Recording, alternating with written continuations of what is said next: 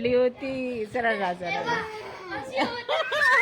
इथं बसायला गेली ते तर मागच गेली. तिची बेइज्जती झाली ना. मला म्हणते हॅलो गाईज. ए रुई हॅलो गाईज म्हणणं. हा हॅलो गाईज. तर आता याच्यात माझ्या येतच नाहीये.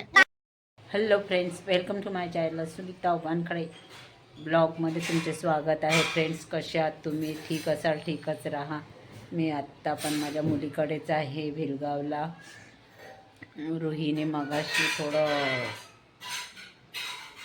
काहीतरी रंगकांडी वगैरे खाल्ली. स्वप्नील आणि मी बाहेर गेली होती थोडे कामानिमित्त बँकेत. तर स्वप्नील मला पुन्हा इथे आणून सोडायला आला भिलगावला. त्या पिरियडमध्येच रोहिणी रंगकांडी वगैरे खाल्ली होती. तर प्रांजूचा फोन आला की रोहिणी रंगकांडी खाल्ली बा.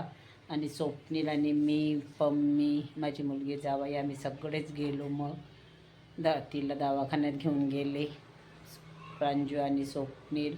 तर डॉक्टरांनी म्हटलं की यात काहीच प्रॉब्लेम नाही आहे बा, याच्या गळ्यामध्ये नाही आहे ते रंगकांडी जे खाल्ली असेल ते गेली आहे. कारण असं असतं तर आवाज वगैरे बसला असता, हिला त्रास झाला असता. तिला त्रास वगैरे काही नाही आहे, तर काहीच नाही आहे हा प्रॉब्लेम.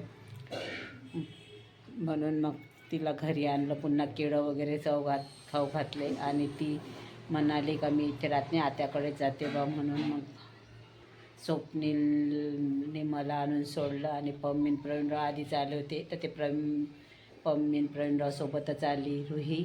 आणि खूप मस्त्या करत आहे, खूप खेळून राहिली आहे इथे. तिला खूप इथं करमते. इथे छान मस्त्या करून राहिली आहे ती. पण तिने 5-10 जसं प्रांजूचा फोन आला तसं आम्ही घरी जाईपर्यंत, तिला पाहेपर्यंत आमच्या जीवात जीवन होता. कसं वाटत होतं कसं घरी जाऊन पोचावून कसं नाही बा. म्हणून तितक्यात कैलाशला आपण फोन केला. कैलाश पण घरी येऊन पोचला.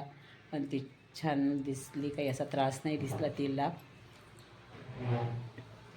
पण तरी ती थोडं मनाच्या समाधानासाठी म्हणून तिला दवाखान्यात पाठवलं. डॉक्टरांनी म्हटलं की काहीच प्रॉब्लेम नाही आहे बा म्हणून.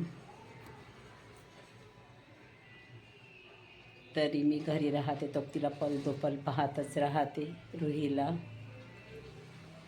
चला आता आली आहे ती आमच्यासोबत, इकडेच खेळत आहे, छान खूप मस्त्या करून राहिली आहे ती.